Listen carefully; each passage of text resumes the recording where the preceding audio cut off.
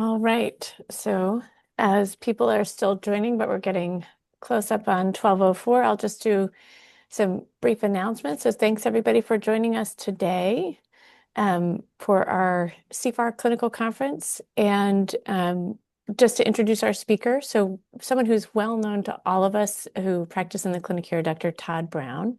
He is a graduate of Brown University and Columbia University Medical School and has a PhD from Johns Hopkins and is known to us as the person who we ask all questions about bone disease, diabetes, and now weight loss management with GLP-1 receptor agonists. So he gave a really amazing plenary talk at CROI this year, and we asked him to come and give it again to our group, but also he was kind enough to expand it a little bit more. So Dr. Brown, thank you so much for joining us today, and I'll turn it over to you. Great. Well, thanks so much, Eileen. Thanks for the invitation. Yeah, so most of this is from the CROI talk, but there are some additional things. Eileen and I were talking a few minutes ago about how fast and furious the data is coming out about GLP-1 RAs and base therapy, because there's a GLP RA plus. We have GLP-1 receptor agonists and dual agonists with another hormone called GIP.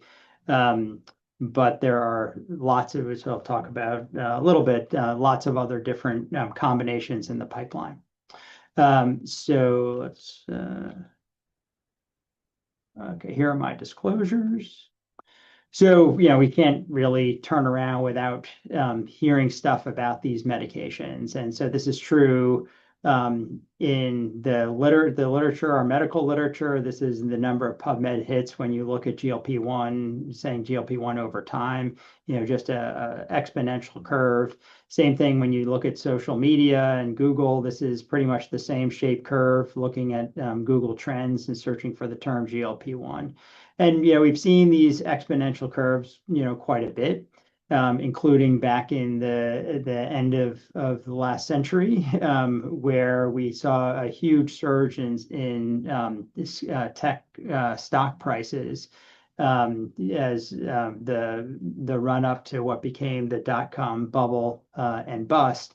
And before this, in the run up, Alan Greenspan, who actually just died, who's the U.S. Federal Reserve Chairman, described this investors having irrational exuberance about stock tech prices, and that might be stock tech's future, the future of them, and how this might have driven some of the exuberance and the price increase.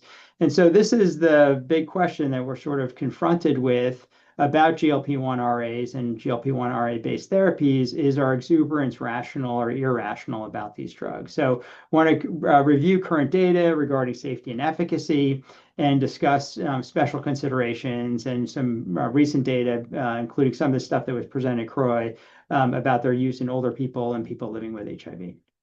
And so here's the outline, talking about incretins. How do they work? What are the effects on people with diabetes or obesity? Other indications like substance use, special considerations across the life course. What are the key issues with access, which is really a big deal with these drugs? And the key questions for our population, that is people living with HIV. And so what are incretins? And so the figure on the right shows what's known as the incretin effect. And so this is the observation that the insulin release with a oral glucose load, and that's what you see with the black, is much higher than you get with the same amount of glucose given IV. And so the idea here was that to explain the incretin effect is that there must be something that is increasing, and hence the name, insulin release from the pancreas when you give the glucose load by mouth versus give it IV. And so for a long time, there was a search of a gut peptide that might play this role. And in 83, it was recognized that there was a peptide produced by endocrine cells in the gut that are a derivative of proglucagon. And so it could be made into GLP-2, which works locally to regulate gut epithelial function, decreases gut permeability, and there's actually agonists for this are approved for short gut syndrome. And then, of course, there's GLP-1, and it was noted that this had marked effects on insulin secretion and inhibited glucagon secretion. So the identification of an incretin was with this GLP-1. And so thinking about a little bit how this works. So with a meal, you get release of GLP-1 from the distal small bowel, some large bowel, endocrine cells, L cells in the gut, and GIP from the proximal small bowel. And these hormones work on the beta cell in the pancreas to increase insulin release. The GLP-1 also works on the alpha cell, which, as we know, produces glucagon to suppress glucagon release, and this opposes the effects of insulin, and so you get decreased glucose output. And so if you think about the metabolism of both the GLP-1 and GIP, they're rapidly broken down locally by an enzyme called DPP-4, such that their half-life is measured in minutes. So if you can inhibit DPP-4, you can increase endogenous GLP-1 and GIP. And that's actually what the gliptin class of diabetes drugs do, is they inhibit DPP-4. So you get higher levels of both GLP-1 and GIP, and you have this effect on glucose metabolism. Because these both GLP-1 and GIP are broken down quickly, if you can give a modification of these hormones that lasts longer, you can have prolonged effects, and that's what all these drugs are all about. These GLP-1 receptor agonists and also GIP receptor agonists. Now, one thing that's really important to know about this insulin release from beta cells is that it's glucose dependent, in that if the glucose is not high, you won't get the insulin release from the pancreas. So unlike a sulfonylurea, for example, where it just basically flogs the beta cell to produce insulin, and as a result, will release insulin even if the glucose is low. So there's a big hypoglycemia risk.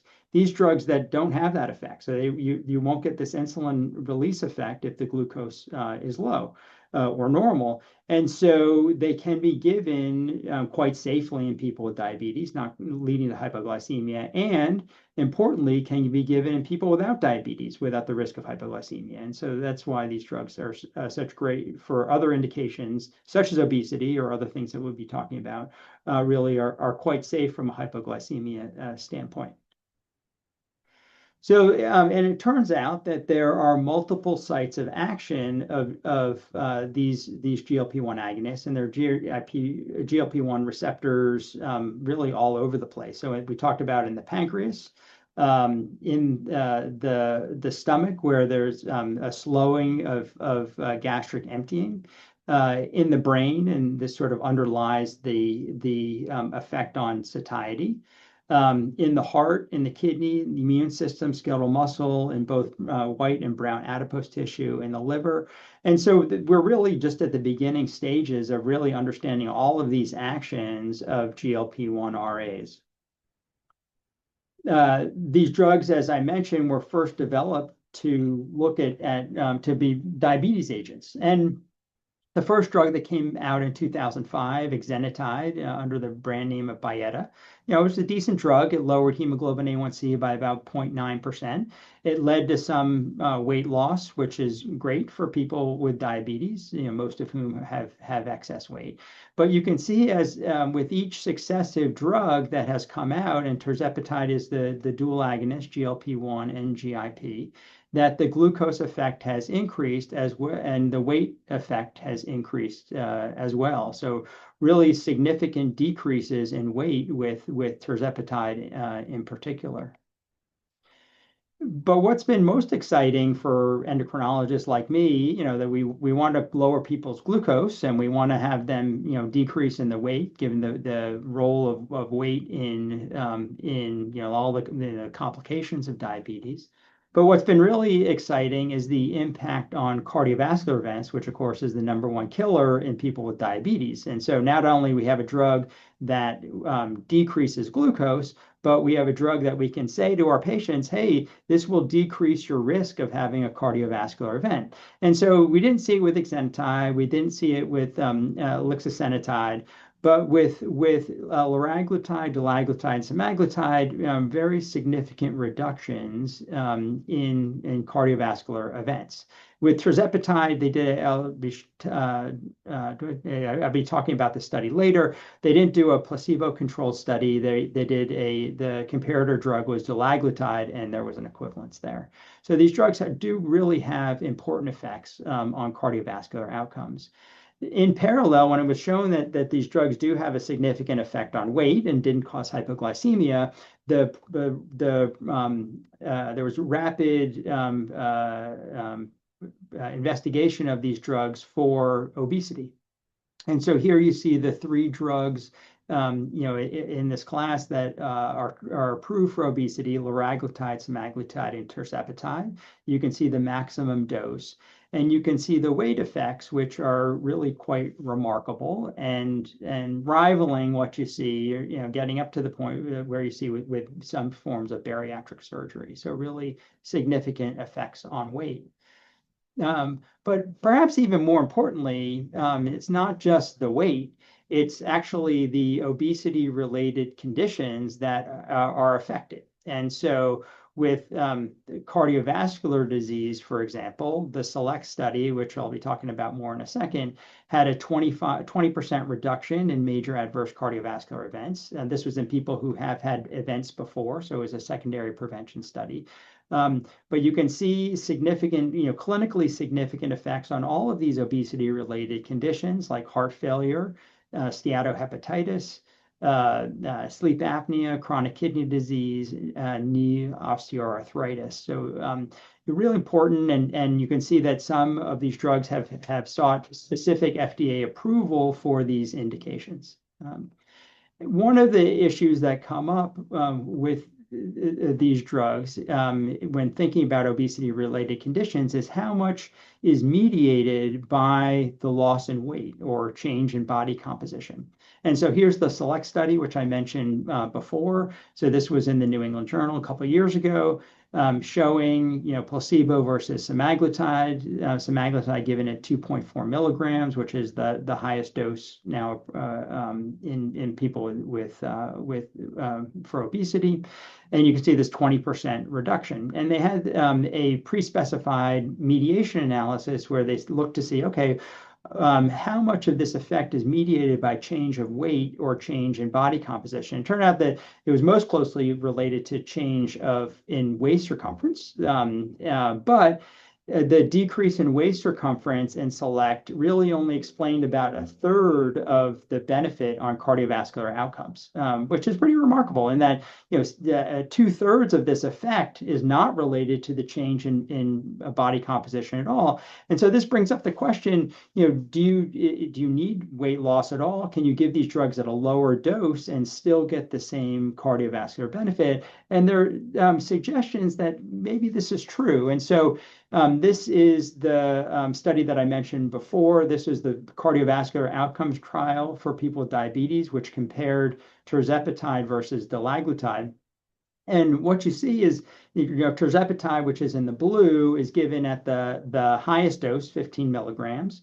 Very potent, one of our most potent agents. Dulaglutide was given at 1.5 milligrams, so a weaker agent given at a lower dose. And you can see, not surprisingly, that the change in hemoglobin A1C was more with the tirzepatide. The change in weight was more with the tirzepatide. But if you look at the cardiovascular outcomes, really identical. And so this leads to a whole host of questions about whether a lower dose can be used with these drugs and still get the cardiovascular benefit. What about these medications and decreasing cardiovascular risk for people without obesity and without diabetes? Can these drugs be used in this population? And these were secondary prevention studies. What about primary prevention in people with diabetes? And so or without diabetes. And so, these are really critical questions because it could potentially be even further game changing when we talk about cardiovascular risk reduction if we can apply these drugs to a larger population of people who are at risk of cardiovascular disease. So there are adverse risks, adverse effects as we know, and so most commonly the GI side effects. So the nausea, diarrhea, constipation, vomiting seem really very frequently, and this for this reason we start at a low dose and go up really quite slowly with changing the dose every month or even longer. And fortunately, these most of these effects go away over time. People with the increase in dose, they might feel something for the first administration, but it tends to dissipate over time. It's about in 10% of people treatment limiting. So some people just have a whiff of this stuff and they start to throw up. But most people do quite fine with it. There are other GI side effects regarding the effect on gastric and motility and bowel motility, potential leading to ileus in some cases, retained gastric contents, and this is why we don't give these. We have a limitation. We stop these drugs a week before surgeries because of risk of aspiration. There are some other effects with the rapid weight loss with gallbladder disease. The acute injury, and you'll see that in the package insert, is not a nephrotoxic effect in and of itself, but is related to the volume depletion, related to the diarrhea and vomiting that some people get. There are some on the right side of the slide, some that are adverse effects that are less clear. So the neuropsych effects are really sort of interesting. So some people feel much better from a mental health standpoint with these drugs. Other people feel sort of a lack of motivation. And early on, there was some concern about increased suicidality with these drugs, but larger studies have suggested that's really not, there's no increased risk of suicide. But I think this is a really important area for future research, understanding who's at risk for a positive, who is going to get a positive effect mood-wise, and who's going to get a negative effect, because there is quite a bit of heterogeneity there. There are some other problems related to the retina. Some is it related to rapid control of blood sugar, which can worsen retinopathy in people with diabetes. There's also a rare optic nerve problem that has come out that requires more research. There's some suggestion of increased risk of thyroid cancer and pancreatitis and pancreatic cancer, but the evidence is really not clear that there's a causal association. I'll be talking more about the effects on muscle. We know that with any kind of weight loss, in addition to a loss of fat, you get a loss in lean mass. And the big question is what the functional consequence is. And are there particular populations, say older people, who are at increased risk? One of the issues that we know about this drug, which in some cases is related to the adverse effect, is the discontinuation, the high risk of discontinuation. This was a large, healthcare database type of study of people who initiated GLP-1s either for diabetes or people for obesity. And you can see that on the y-axis, the proportion of people who discontinued therapy. And you can see that in about 65% of those people without diabetes, 46% of the people with diabetes had discontinued after 1 year. And so here are the factors on the right associated. We talked about the GI side effects, but older people, people of color, low income, less weight loss are almost more likely to discontinue. And as we know, once you discontinue these drugs, the weight comes back. So this was a meta-analysis of studies looking at various weight loss strategies and what happens when you stop the weight loss strategy. So in pink is non-pharmacologic weight loss. So you drop the weight, so say 5 kilos of weight for this sort of magenta line.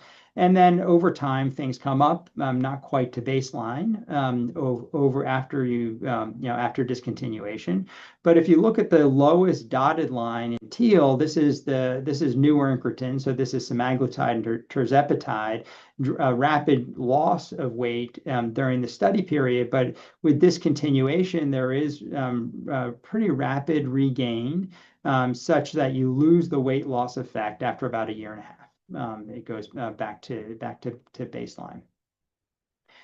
And so this brings up a whole bunch of questions about how we should be using these drugs and whether we should be stopping these drugs and how long we should give them. Should we be stopping them or doing some sort of like induction, get up to a higher dose and go down to some sort of maintenance strategy? should we be tapering these drugs off slowly? How to support the usage with behavioral programs, and there's sort of a enroll for sort of AI coaching to help people maintain weight loss after decreasing the dose or discontinuation. And some data is coming out about some of these alternative strategies instead of just looking to see what happens after you stop. This is a study that was in Lancet last month. Looking at people without diabetes, so people with obesity who got up to the maximum tolerated dose, either 10 or 15 of tirzepatide, and you can see this 20% weight loss after 60 weeks. And then they either continued on the maximum tolerated dose or went down to 5 milligrams of tirzepatide, so a relatively low dose. Or some people switched to, they were also randomized to placebo. And you can see the differences in the weight trajectories over the next 24 weeks in these three populations. And then after the 84 weeks, they were given the option of rescue tirzepatide at the maximum tolerated dose. So those people who regained more than 50% of their weight that was lost, they were eligible to get rescue tirzepatide. And you can see the proportions that got it in each of the arms, and you can see the follow on. So what you see is that the placebo comes back almost to baseline, but they get a bunch get rescue tirzepatide, so that the curve sort of levels off. But this 5 milligram dose could be a viable alternative to maintain weight after weight loss. So this is something before we were sort of speculating on this induction maintenance approach, but this actually gives us data about it, at least from a weight loss standpoint. So there's lots of questions about the cardiovascular effects or the other effects that you see, whether you can get the same effects with a lower dose. When we think about the weight loss effect, one of the things that people talk about is a decrease in food noise or food chatter. And so people are just not wanting to have fewer cravings. And so this has brought up the question of whether these drugs can be used for substance use disorders to decrease craving and decrease use of various drugs. And so, there's been a lot of work done in this area, and some preclinical work showing that GLP-1 receptors are present in brain reward areas thought to be important for addiction. Lots of animal data about various models of addiction, as you see here. Some phase 2 clinical trials that are emerging. Here's one that I thought was particularly interesting, giving semaglutide in people with alcohol use disorder. And so it was a short study, 9 weeks, in a small number of people with alcohol use disorders, really small doses, which is really interesting, of semaglutide, so 0.25, which is the starting dose for 4 weeks, going up to 0.5 for another 4 weeks. And you can see that even with this low dose, there was a significant reduction in the amount of alcohol consumed in a lab setting, so which is considered sort of the gold standard for looking at alcohol consumption, which was accompanied by a decrease in the amount of craving that people had for alcohol. And interestingly, of the people who smoked in the trial, those who got randomized to semaglutide actually had a decrease in the number of cigarettes per day. And so, I think that this is a really interesting study. We have lots of other studies going on, including 3 in people with HIV, looking at various forms of addiction. Then a lot of them are actually looking at lower doses, which is, the dose response is sort of interesting. So whether you can give lower doses, and so, you can give it to people who aren't obese, who aren't overweight, and perhaps just a small dose would help with the treatment of substance use disorders. There's some data emerging in people living with HIV about the potential effects. The Scenics has done a really nice job with led by Heidi Crane, looking at GLP-1s in people with HIV using the data from the CNICs. So this looked at a little over 200 people who reported smoking with semaglutide initiation. You can see their characteristics here and the amount of smoking that they did. So they used these data to try to understand how much smoking, how much it impacted their smoking behavior. And it's about a 26% decrease in smoking in this observational study. So about almost 3 cigarettes a day people cut down. So really promising data for semaglutide. There are special considerations across the life course. So for kids and adolescents, these drugs are FDA approved for both diabetes and obesity. In general, the efficacy and adverse effects are thought to be similar, but it should be noted that there are a lot fewer kids and adolescents who have been in randomized studies. So there's a lot of extrapolation from the adult population. And I have to say that the long-term risks and benefits are unclear, and there's a lot of concern about the potential effects of these drugs on development, on pubertal development, for example, on bone health, in kids who haven't reached their peak bone mass, on CNS development. And so I think that this is a really important area, and one that there needs to be a lot more data to try to understand long-term benefits and risks. In reproductive health, some additional questions. We know that obesity is associated with reproductive dysfunction in both men and women.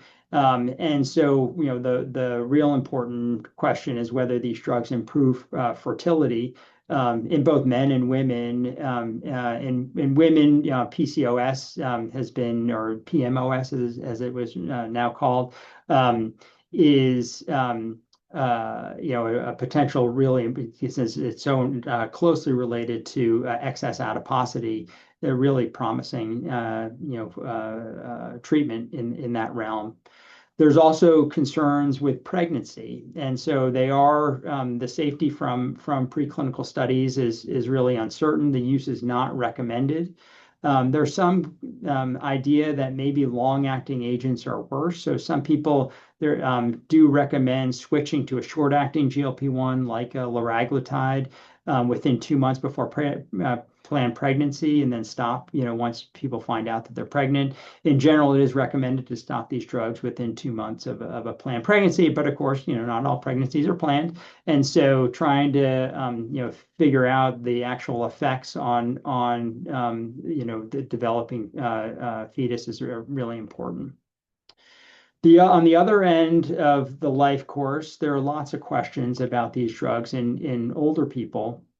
And what we know is that we don't know a lot. And so these are the FDA, when you look at the package inserts, there's a specific section on geriatric use, and it says what proportion in each of the registration trials had people over 65 and over 75.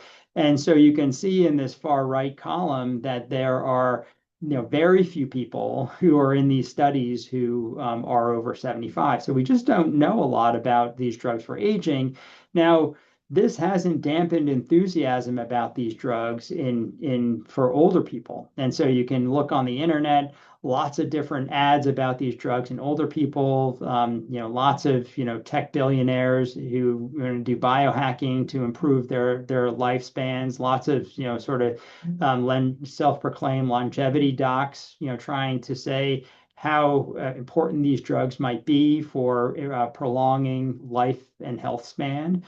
The medical establishment really has caught on to this enthusiasm. This was in one of the Nature journals late last year, an editorial about these drugs being the first longevity drugs. It's interesting, but we definitely need more data. And so when you think about the underlying mechanisms of aging, the geriatricians call this the hallmark of aging, the hallmarks of aging. So these underlying processes, and you can see this is a landmark article and a nice graphic about the various underlying mechanisms of aging.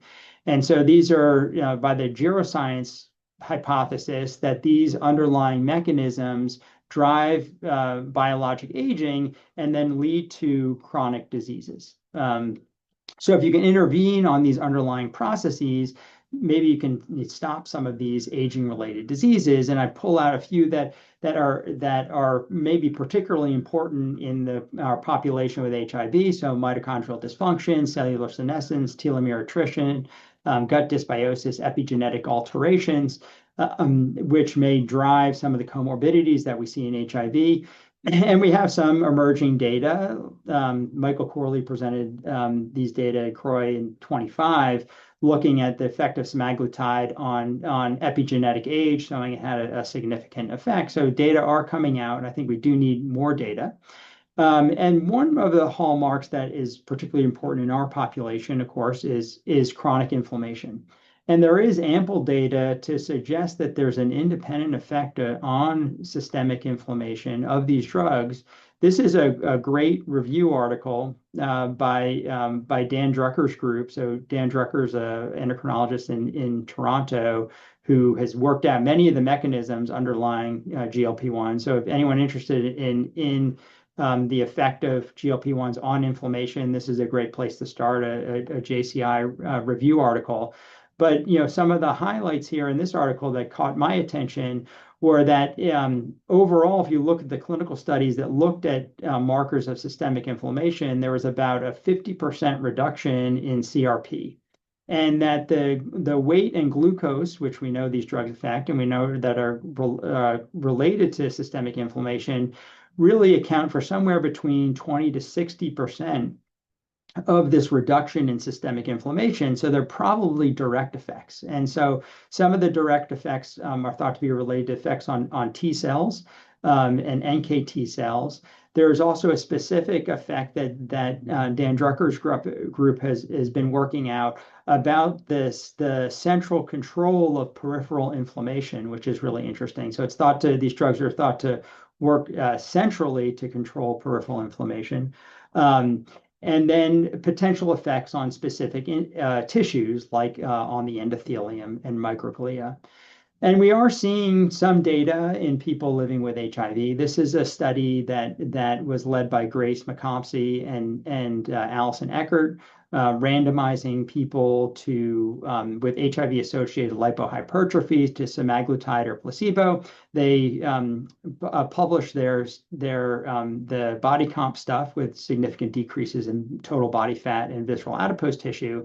But Nick Funderburg in this paper looked at the effects on markers of inflammation, showing again about a half reduction in CRP, significant reductions in soluble CD163, interleukin 6. And interestingly, these effects were independent of the change in adiposity, similar to what I told you before, which has been seen in studies in the general population. There was a really interesting study at CROI that was presented from South Africa. They did a study of liraglutide. This one was really quite small, where they had gut biopsies from people. So, as we know, this is sort of the infographic of the effect of the HIV versus healthy and the effect on the gut microbiota. Here, the villi of the lining of the intestine. And with a healthy gut, a nice gut barrier, you see the CD4 cells and the B cells, in the germinal centers within the gut wall. With HIV, you see a breakdown of this gut barrier with depletion of CD4 cells, exhausted CD8 cells. And so they did a study where they took people who without diabetes, with HIV, and gave them liraglutide, and so a relatively weak agent, and then did gut biopsies, pre and post. They had gut biopsies on other people without HIV, people with HIV on suppressive antiretroviral therapy, people with HIV not on antiretroviral therapy, just for comparison. And what they showed overall is that the people with HIV had systemic inflammation close to people with untreated HIV. But what they saw with the GLP-1 is that there was even in these 5 people, where they had biopsies, a strong modulation of gut immune and epithelial cells, where you had an increase in gut CD4 cells, a decrease in senescent cells in the gut, both in the duodenum and the colon. And so this might be this something specific. One of the issues, of course, in our population is, what's specific in HIV or related to HIV therapy that these drugs could potentially mitigate, and this is one of them. So to look at gut permeability and the potential role in systemic inflammation. So I thought these drugs, even though small and preliminary, really important study. Jen Mangoler's following this up with a larger study that she submitted for publication. One of the other issues when you think about aging is the potential effect on lean mass. And as I mentioned, with any kind of weight loss strategy, whether it be bariatric surgery or behavioral approaches, you do get a loss of lean mass with the loss of adiposity. Here are some of the studies that had DEXAs, and you can see about a 5 to 10% reduction in lean mass over a relatively short time, generally a year or a year and a half. Which is much higher than what you would see in the general population, with an annual decrease of 1 to 2% over about the same time period. And so one of the big questions is whether this loss of lean mass, muscle mass, is associated with a loss of muscle function. And so we looked at this in slim liver studies. So this was an ACTG study with people with HIV, with fatty liver disease, it's a single arm study with semaglutide. And this is led by Christine Erlandson and Jordan Lake. And in this analysis, led by Grace Ditzenberger, there was what she found was that looking at psoas muscle volume from the MRIs, there was about a 10% reduction, similar to, in line with what we see with the clinical trials in the general population. But what was unique about this study is that there were actually physical function measures. And so looking at how fast people do chair rises to either 5 or 10 times, or looking at gait speed, how fast people walk at their usual pace over 4 meters. And even though there was a loss in muscle mass, there was trends towards improvement in muscle function. And so this is really a key question about this muscle mass and whether or not it also leads to the decrease in muscle function. So looking at, specifically, is it clinically relevant? And that's where the function aspect comes in. Does the dose or rapidity of weight loss matter for muscle loss? Can we attenuate this by going up more slowly on the dose? Can we attenuate it by adding, increasing protein intake and/or doing resistance training or other exercise that may mitigate that weight loss, that muscle loss and muscle function, potential muscle function effect? The other tissue that may be affected by the weight loss is bone. And so this is data from the SELECT study that I showed you. They, in an article all about the adverse effects, they had this data in one of the supplemental tables looking at fractures. This is a study of about 18,000 people. So the numbers are really, quite low. But you look at between semaglutide and placebo and the various, bins of population, really quite similar. But then when you get to 75 and older, that's when you start to see a signal that, hey, maybe there may be more fractures in the semaglutide group versus placebo. And some data are beginning to come out, which I'll show you in a second. So this is, I think, an important area. I might be biased, but I think it's an important area to understand the effect of these drugs on bone mineral density and fracture, and whether there are certain populations at increased risk, including people with HIV.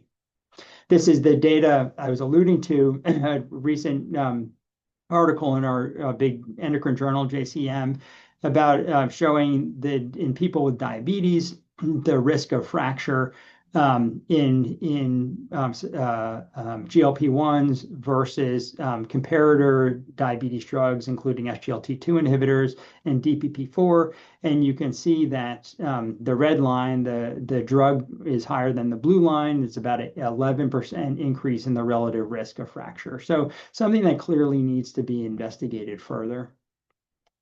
Um, Also important in the aging realm is the potential effects on cognition. And there have been lots of different studies about this. This is in JAMA Neurology, a meta-analysis of randomized trials looking at dementia outcomes, showing that there was about a 45% reduction in incident dementia. These studies generally weren't designed to look at dementia, but they had that data. So really quite promising data. Um, this was a little bit of a downer. There was with the promise of some of the preclinical studies and some of the early studies that made up this meta-analysis. There was a big actually two big phase three studies looking at the effects on cognition in people with Alzheimer's disease, showing that there was no effect of semaglutide. And so there was a question about, was the horse out of the barn? Was the disease too advanced? Was the brain penetration of these drugs enough to see a CNS effect? So I think there are a lot of studies ongoing in various neuroinflammatory conditions, including other dementia populations or pre-dementia populations, to see if these drugs do have an effect. We are seeing some data in people with HIV. This is Grace and Allison's study that I mentioned before. They specifically looked at cognitive function, and indeed there was a significant reduction in some aspect or improvement in some aspects of cognition, including visuospatial naming, language, delay recall in semaglutide versus placebo in people living with HIV. If you zoom out a little bit and look at the potential use of these drugs, is really quite amazing. This is, a heat map looking at the obesity prevalence back in 2022. It's only gone up since. But we know that these drugs could potentially be important in a large swath of people. And it was estimated that about over a quarter of the global population are eligible for GLP-1 RAs. And it was also estimated that if you could give people semaglutide, you could reduce global obesity by 20% and save about 28 million lives over 5 years. So those are really quite big numbers.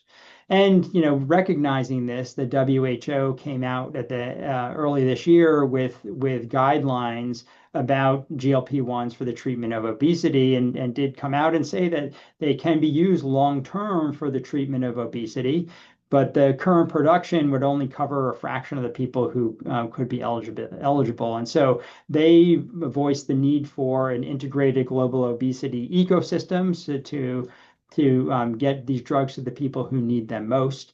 How that works in practice, is completely unclear. And this leads to the Achilles heel of these drugs, which is access. So I'm optimistic in that the landscape is really changing quite quickly. And I think these changes will have some beneficial effect with downward pressure on cost, increasing production, and ultimately improving access. And some of the issues that we've seen this year, so oral semaglutide coming out, small molecule GLP-1s, which are much easier to produce. So this or Forglipron was just approved in the U.S. It is going to be on patent for a little while, but this is going to be much easier to produce than semaglutide. We do have patent expirations for semaglutide, which this year you can see the countries where it's off patent now, off patent in the U.S. in 2032. And then we have a whole array of different drugs that are based on GLP-1, so that are sort of GLP-1 plus. So GLP-1 RAs plus amylin or glucagon or IGF-1 or GDF-15, all being investigated for various issues. All told, there are over 60 different compounds that are in development by scores of companies for multiple indications. So really, we're just seeing the tip of the iceberg here in terms of what we're going to be seeing, coming down the pike soon. And so we don't have a lot of data in people with HIV. I showed this data to you, and you can see the scale here going from 0 to 6 1,000. Here the scale is quite different, 0 to 20, and you can see the number of publications over time, looking at the cross of HIV and GLP-1 as search terms. So we have a long way to go in the HIV. It's a lot that we need to know. And here are some of the key questions regarding whether the risks and benefits are any different in people living with HIV. Can we attenuate inflammation, immune activation in our population? At what dose? What are the mechanisms of this? What's the impact on common comorbid conditions? What's the long-term impact on muscle and bone? Are there specific access issues in people living with HIV? This is another nice scenic study that was published looking at the racial inequity, and you can see people getting GLP-1s in the scenics cohort, so people living with HIV, and you can see that people who are Black and Hispanic who have HIV were much less likely than the white participants in scenics to get GLP-1. So clearly there are some inequities here that need to be rectified. So when coming back to the original question, is the exuberance for these drugs rational or irrational? I would say it's rational. It's really, these drugs have been transformative for certainly diabetes, certainly obesity, and the list is growing as to the importance of these drugs. And as I mentioned, we're really only at the beginning of this transformation. This third bullet, I think, is really important. There is a lot of enthusiasm for patients, providers, the scientific literature, et cetera, about these drugs. But we really need data to guide our use of these drugs, and can't rely on the dogma or our enthusiasm about what we want these drugs to do. We really need to get data of what they actually do. And this last bullet, I think, is super important, trying to figure out the global access to these drugs, because that really is going to be one of the biggest challenges going forward. So some acknowledgments before I finish up regarding the Slim Liver team, or the Metabolic Working Group and the Max Wise. We're working on a bunch of analyses. And we've had some nice discussions. Grace McComsey, Nick Funderburg, some folks that helped me put this presentation together on the right. So thanks for your attention, and I'd be happy to answer any questions. Well, thank you, Todd. That was amazing. I'll just start off with one that's in the chat already. Your thoughts on the oral GLP-1s? Yeah. So, the oral medications have been around for a while, Rybelsus, for diabetes. So what's new now for oral semaglutide is a higher dose. So our maximum dose for Rybelsus is 14 milligrams. So for oral Wegovy, it goes up to 50 milligrams, 50 milligrams. And so a higher dose. They work fairly well, easier to take in general. Some people actually like the intermittent dosing, to dose once a week. But I think that it's sort of a good step to increase the potential pool of people getting these drugs.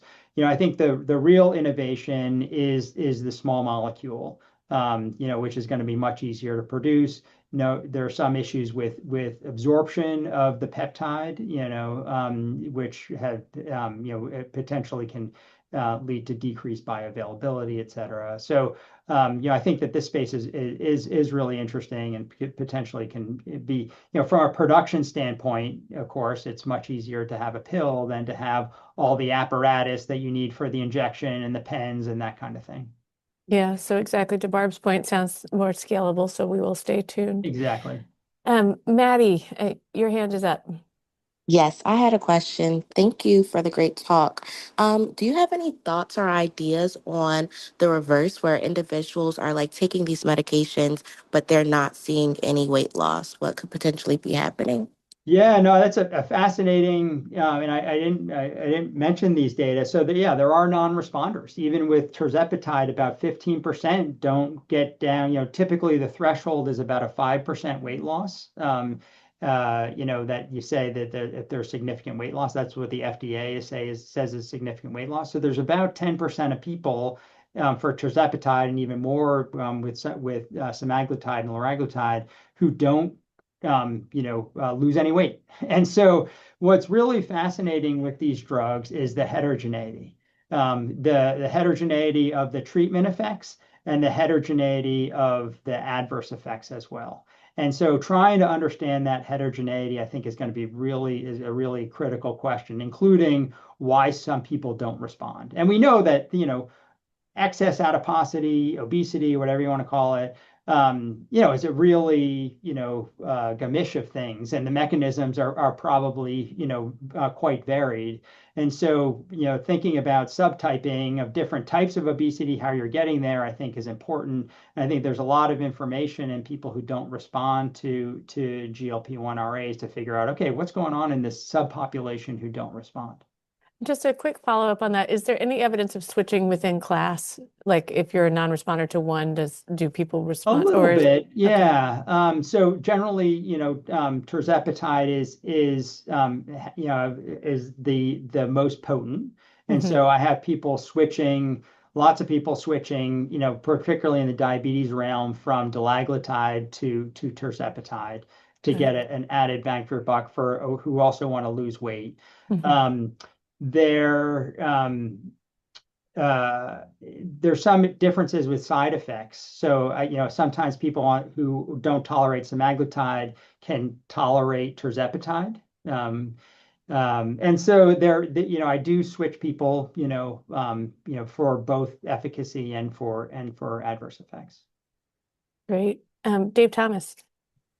Yeah, thank you. It feels funny. That was beautiful, and it Yeah. feels funny to ask a silly practical question in light of that really fascinating overview, but I'm going to nonetheless. So I find these vexing to prescribe, especially for non-diabetics, and I'm wondering if you have advice and if I'm perhaps doing something wrong. And I find that no matter what I call the medication or what form and what pharmacy, it's just back and forth with the patient getting frustrated, not being able to get pre-approvals. Uh, Yep. I mean, it has FDA indications that aren't being covered. And Yep. I do you have any practical advice of in Yeah, like the I wish I I mean, did, Dave. I'm even to the Yeah. point of like, if as hard as it is to get started, then you have to like up the dose after a month, right? So Yeah. it's Yeah. like this iterative. It's not for it's really a difficult thing I find to get Yeah. someone And they going. put up, the insurance. So first of all, there's a huge variability among different third-party payers about what's Right. covered, and it changes all the time. And as far as getting the prior auths, it's hard, and just like all sort of a lot of different medication classes, there's a lot of gatekeeping that's happening, and some plans even for um, proven indications in people without diabetes, like people with cardiovascular disease, you can't get them, period. Then others, I had one guy who's very high risk of cardiovascular disease. And he might have even had some cardiovascular imaging. Maybe he was in a study that got a CT angiogram or something. Um, but he hadn't had a heart attack yet. And so, they were like, nope, he doesn't meet criteria, even though, he would he have been in the select study? Probably not, because he didn't have a heart attack yet. But, you can extrapolate a little bit. Sleep apnea is another population where clearly there's a benefit, there's an FDA indication, but some third-party payers don't accept that as an indication. So I'm hoping that, my optimistic eye says that with the downward pressure on costs, that some of these access issues will be alleviated, where the gate will be left a little bit more open. But it is a problem, and it is frustrating for providers. It's frustrating for patients. It's our mocks go crazy about it. Like all this stuff back and forth. So yeah, I don't have any no, unfortunately, no words of wisdom there, Dave, to help. Yeah, and I mean, part of it is it seems unnecessarily frustrating. Like there should be an epic capability that says this medication or the equivalent to this pharmacy or any pharmacy, who cares? Yeah. Why does the patient and the provider have to keep engaging in these iterative processes that are really not advancing medical care? And I don't understand why that's not fixed at a higher level, but Yeah. Yeah. obviously it's not if you're having the same problems. Sorry. Thank you Yeah. for that. Yeah, I mean, it's talking to, say, European colleagues or Australian colleagues. They, once they gets on their formulary, on their, in Australia PBS, they're good. It's much easier to get. There are certain barriers to getting on the national formularies, but once on there, you can negotiate better price, and that's part of the issue is the governments can negotiate better prices. We haven't done that at all in the U.S., and that's part of our problem. And we actually, as U.S. consumers, we end up paying. We're basically subsidizing the cheap use of these drugs in other countries. I think Joan had her hand up next. Yeah, thank you so much for this. This was so helpful. I was curious, just speaking along the same lines of cost, how you counsel patients who, if their insurance isn't going to cover it, want to go to, like the online providers where you can get it on websites and Yeah, yeah, yeah. themselves. Yeah, so and there's a couple sort of tiers. Great question. I generally, the compounding pharmacies, you just don't know what you're going to get. Like there's all this buzz about the latest about Retrotrutide, about for cosmetic reasons, and there is great data, including some that was presented at the ADA about this drug and the impact on weight and glycemia. So this is a GLP-1 GIP glucagon agonist. Um, but it's not available in the U.S. And so, but compounding pharmacies are making it. So I would steer patients clear from compounding pharmacies because you really never know what you're getting. I think that there are some, potential generic options. There are both Lilly and Novo have patient assistance programs, which can be helpful. I've got a bunch of people on that. So it is can be a challenge. Stuff like Hims and Hers and Row, generally probably okay. But I think I would rather go with that with the Lilly or the Novo assistance program. So I think this is an area where it's really tough to give patients advice because you just don't know what people are getting. Thank you. I think, Todd, one other question is like from an evolutionary perspective, like the fact that we have to modify this, I think feeds back into sort of, as you kind of mentioned briefly, the biohacking people who are optimizing everything. Is there evidence for a diet or a dietary change that has led us to need this and that therefore could be dietarily managed? I mean, Mm. or Yeah, so the answer is no. As far as then you see uh all kinds of claims about this or that will cause GLP-1 release. This supplement will cause, or this kind of diet will have this effect. And yeah, so I think those claims are probably pretty hollow.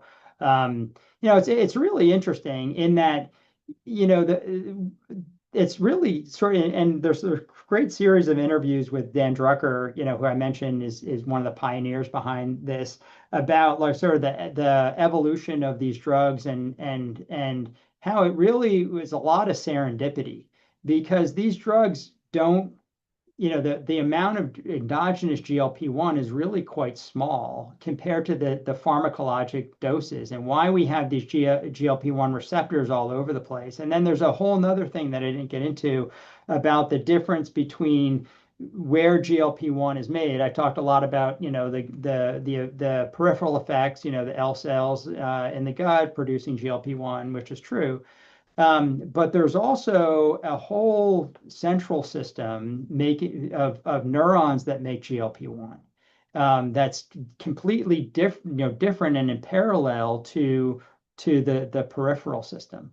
And so tapping into with this both systems, the central system and the peripheral system with pharmacologic therapy is really just a happenstance kind of thing, which is really quite interesting. And the other thing that's quite interesting about this is that is the impact on the nausea and vomiting. There's not a great reason to think why the effects would sort of extinguish over time for the nausea and vomiting, but not for like the effect on satiety. So that's another like serendipitous type thing, which has really been helpful for the drug development. Great. Well, we're a little bit after the hour. I know that Christy Beseth had put in the chat that people can get the solution direct from Lilly, although it's not available to insurance companies. And Yeah.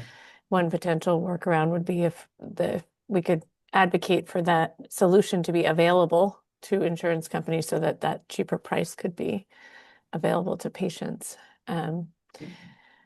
But thank you so much, Dr. Brown. This is amazing. And thanks everybody for joining us today. We are off next week for the July 4th holiday. Please join us the following week. Katie Godfrey will be joining us from Uganda, where she's been working with PEPFAR and talking about what the things have been going on over there with PEPFAR administration and also the Ebola response in country. But Todd, this was just amazing. Thank you so much for your time. Great. Thanks for the invitation. Feel free to reach out anyone if there are some additional questions. Great. Everyone have a great weekend. Bye.